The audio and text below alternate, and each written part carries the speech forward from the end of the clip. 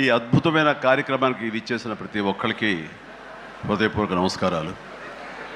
ముఖ్యంగా నాకు తెలిసి గత 2-3 ఏళ్ళగా వాళ్ళు చేసే ఇతర సామాజిక కార్యక్రమాలతో పాటు ఈ కార్యక్రమం కూడా, ఈ సామాజిక సేవ, ఈ బ్లడ్ డొనేషన్ అనేది కూడా మొదలుపెట్టి నాకు అత్యంత ఆప్తుడైన చుక్కపల్లి సురేష్ గారు మరింత దగ్గరయ్యారు నా హృదయానికి.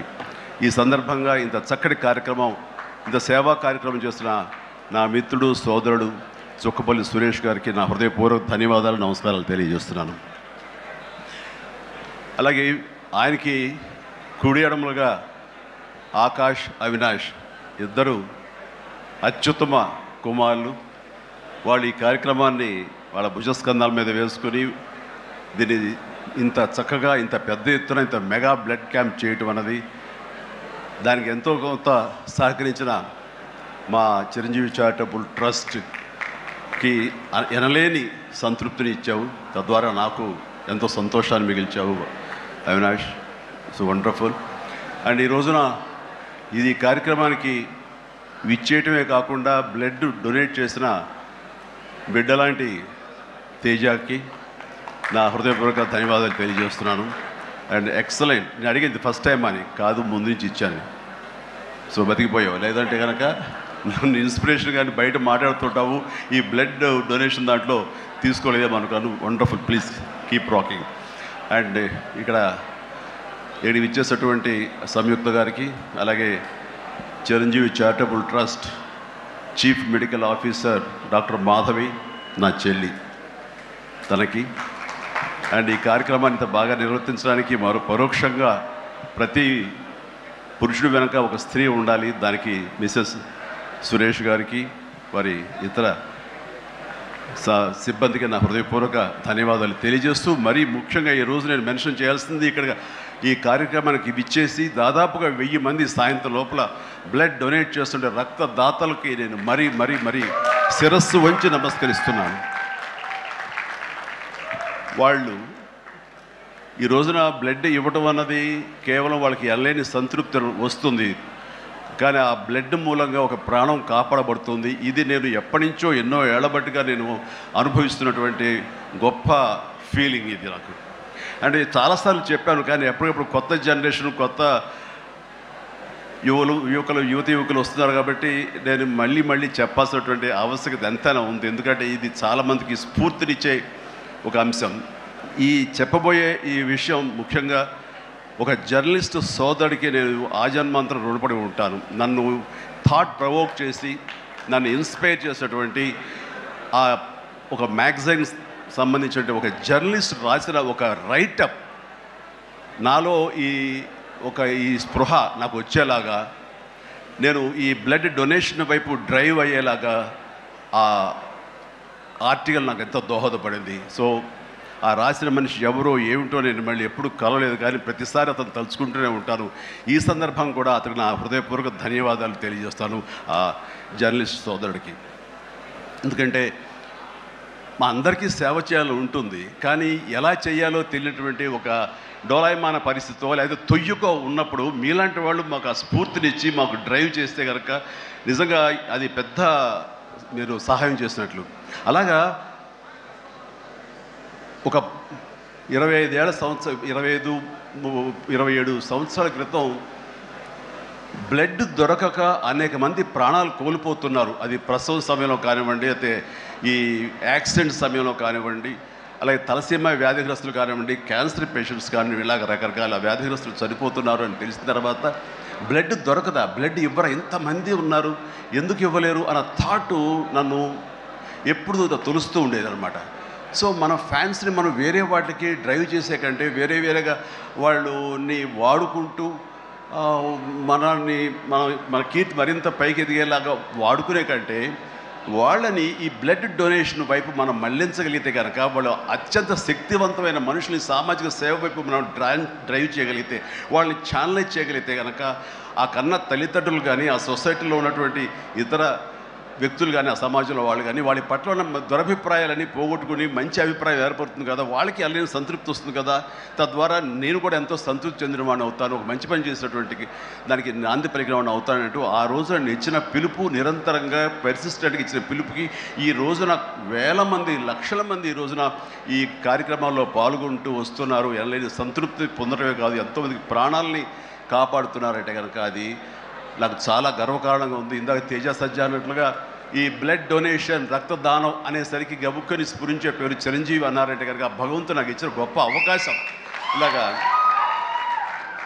ప్రతి ఒక్కరి మధ్యలో రక్తదానం అనేసరికి నా పేరు వాళ్ళ స్ఫురణకు రావడం, నేను గుర్తు రావడం అనేది నేను ఎన్నో జన్మలు చేసిన పుణ్యఫలంగా నేను భావిస్తున్నాను. దానికి థ్యాంక్ యూ ప్రతి ఒక్కరికి. ఇక్కడ సరే ఎన్నెన్నో ఇన్సిడెంట్స్ వింటుంటాము, ఎన్నెన్నో ఇది ఆఖరి నిమిషంలో ప్రాణాలు ఎలా కాపాడబడ్డాయని వింటుంటాము. కానీ ఈ మధ్య నాకు మనసుకు అత్యంత దగ్గరగా జరిగిన ఒక ఇన్సిడెంట్ మీతో షేర్ చేసుకోవాలనిపిస్తుంది అనమాట. ఎవరో ఒక పొలిటీషియన్, సరే ఎవరికైనా సరే నేను చాలా సాఫ్ట్ టార్గెట్, ఎవరైనా ఏదో మాట అనేసి ఏం పర్వాలేదు. అలాగా ఒక పొలిటీషియన్ నన్ను అకారణంగా, నేను ఇప్పుడు పాలిటిక్స్ చాలా దూరంగా ఉన్నా సరే నా గురించి ఏదో అవాకులు చవాకులు ఆయన పేలినప్పుడు ఆయన మరొక చోటకి ఏదో ఒక ముంపు ప్రాంతానికి ఆయన వెళ్ళటం జరిగింది. అక్కడ ఒక స్త్రీ, ఒక ప్రౌఢ ఆవిడ అది మిడిల్ ఏజ్ ఉంటుందేమో, మిడిల్ ఏజ్ ఆవిడ తను పట్టుకుని నానా మాటలు తిడుతుంటే, నీకు ఎలా మనసు వచ్చింది చిరంజీవిని అనడానికి, అది అని తిడుతుంటే నాకు అనిపించింది మామూలుగా మన మాస్ ఫ్యాన్ కదా ఆవిడ, చాలా గౌరవప్రదమైన కుటుంబంలో ఉన్నటువంటి మనిషిలాగా అనిపించింది గృహిణి. ఆవిడ ఎందుకు అంత ఇదిగా మాట్లాడుతుంది, ఆవిడెవరు, ఆవిడ చూస్తుంటే మామూలుగా సినిమా ఫ్యాన్ లాగానో చిరంజీవికి వీరాభిమానంగానో కాదు, ఇంకేదో ఉందంటూ నాకు అనిపించి ఆవిడ గురించి తెలుసుకోవాలని మన జర్నలిస్ట్ సోదరు ఎవరినో పంపించి తెలుసుకోవాలంటే వాళ్ళు చేసినటువంటి ఇంటర్వ్యూలో విజువల్స్ నాకు చూపించారు. ఏంటమ్మా అంత ఇదిగా ఆయనకి వీరాభిమానం అంటే, అభిమానం సినిమాభిమానం కాదయ్యా, ఆయన వ్యక్తిత్వానికి అభిమానం అంటే చెప్పినప్పుడు నా మనసు టచ్ అయింది.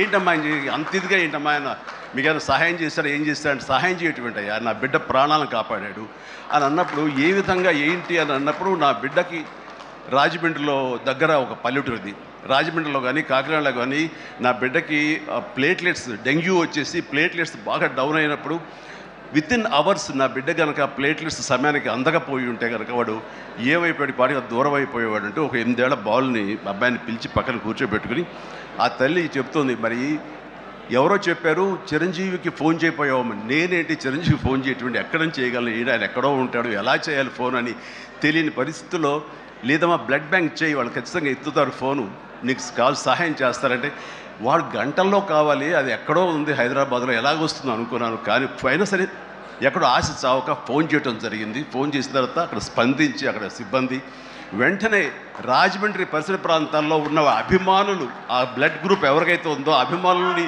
వెంటనే పంపించేయడం ఏంటి, అవర్స్లో వాళ్ళు హాస్పిటల్కి, నీరెస్ట్ హాస్పిటల్కి వెళ్ళి బ్లడ్ ఇవ్వటం ఏంటి, దాని నుంచి ప్లేట్లెట్స్ వేరు చేయటువంటి, ఆ బిడ్డకి ఎక్కించడం ఏంటి, తెల్లారిసరికి ఆ బిడ్డ మళ్ళీ తిరిగి ఎంతో ప్రాణాలతో బతికాడు. ఇది ఈడనయ్యేవాడు. ఆయన కనుక సమయానికి చేయకపోయి ఉంటే నా బిడ్డ ఏమైపోయాడు. అలాంటి మనుషుల ఈ తుచ్చులు నీచులు కలిసిందని మాట్లాడతారు. వాడిని నాకు సరిపోలేదు, దగ్గరికి వెళ్ళి ఉంటే ఏమి చేసేదాన్ని చెప్పేసి అప్పుడు అంటుంటే చాలామంది అంటారు, ఎవరిని మిమ్మల్ని ఇలా అటాక్ చేస్తుంటారు సోషల్ మీడియాలో మాట్లాడుతుంటారు, మీరేం మాట్లాడరు ఏంటని. నాకు నేను చేసినటువంటి మంచి కార్యక్రమాలు, నేను పొందినటువంటి ప్రేమ, అభిమానం, ఇదే నాకు రక్షణ కవచం. నేను మాట్లాడక్కర్లా, నేను చేసుకున్న మంచి మాట్లాడుతున్నట్టు నేను అలాగే అంటుంటాను, ఇది సత్యం. సో ఆ తర్వాత మళ్ళీ ఆ సదరు రాజకీయ నాయకుడు మళ్ళీ ఎక్కడా మాట్లాడేది నాకైతే వినపడలేదు. అంటే వాళ్ళకు కూడా మనసు ఉంటుంది కదా, వాళ్ళకి ఒక అంతరాత్మ ఉంటుంది కదా, వాళ్ళకి తెలుసు. ఇంటికి వెళ్ళేసరికి ఆయన అంతరాత్మ చెప్పబోయిన ఇంట్లో వైఫ్ అని చెప్పుద్ది, ఏంటి చెప్పు నోరు అని. సో ఇలా ఉంటుంది అన్నట్టు వాళ్ళ ఇది. సో మనం మాట్లాడక్కర్లేదు, మనం చేసుకుంటూ వెళ్ళిపోతూ ఉంటే కనుక ఎవరైతే ఇలాంటి రాతలు కానీ చేతలు కానీ మాటలు కానీ అంటారో వాళ్ళకి అదే సమాధానం. అందుకని నేను ఎప్పుడు దేనికి స్పందించను, అవసరం నాకు లేదు. మంచి చేసుకెళ్ళిపోవటమే, ఇలా మంచి చేసేటువంటి మాలాంటి తమ్ముళ్ళకి నేను సహాయంగా నేను ఉండటమే తప్ప ఇంకోటేం కాదు. అండ్ అనుకూలమైన ఇక థ్యాంక్ యూ. అండ్ ఈ రోజున ఎక్కడ ఇతర దేశాల్లో ఉన్న అభిమానులు కూడాను నా మాటని స్ఫూర్తిగా తీసుకుని వాళ్ళు ఆయా ప్రాంతాల్లో వాళ్ళు బ్లడ్ డొనేషన్స్ చేస్తూ ఈ రోజున నా పేరు నాకు మంచి పేరు మరింత మంచి పేరు వచ్చేలాగా నాకు నేను గర్వపడే విధంగా వాళ్ళు చేసేటువంటి బెడ్ డ్రైవ్స్కి వాళ్ళు ఎక్కడో సరే ఏ ప్రాంతంలో ఉన్నా సరే ప్రతి ఒక్కరికి నేను ఎప్పుడు కృతజ్ఞతతోటి నేను నా మనస్ఫూర్తిగా నా అభినందనలు తెలియజేస్తూ ఉంటాను. నాకు ఈ అవకాశం ఇచ్చారు ఇక్కడికి రావడానికి మా బ్రదర్కి. ఆయన చేసిన కార్యక్రమాలు ఎన్నెన్నో చూస్తూనే ఉన్నాము. అండ్ దానికి ధీటుగా ఎవరు నిలబడలేరు. అలాగే నిరంతరంగా వాళ్ళ నాన్నగారికి నివాళులు అర్పించే విధంగా ఆయనది వేళ ఇది సెంటనరీ ఇయర్. సో 100 సంవత్సరాల ఇది ఆయనకి నివాళులు అర్పించేలాగా ఆయన గర్వపడి కొడుకుని చూసుకుని ఎక్కడో సరే గర్వపడే స్థాయికి ఆయన సహాయ కార్యక్రమాలు చేయటం అన్నది ఆయనకి ఇచ్చేటువంటి గొప్ప నివాళి. అండ్ ఈ సందర్భంగా మా బ్రదర్ని నేను మనస్ఫూర్తిగా అభినందిస్తున్నాను. అండ్ ఇలాంటి కార్యక్రమాలు ఎప్పుడు చేసినా సరే నన్ను పిలవండి, మీకు అందుబాటులో ఉంటాను, అందరూ కలిసి చేద్దాం. అండ్ ఫ్యూచర్లో మీరు ఎక్కడ ఏం చేసినా సరే మంచి కార్యక్రమాలు నాకు అవకాశం ఇవ్వండి.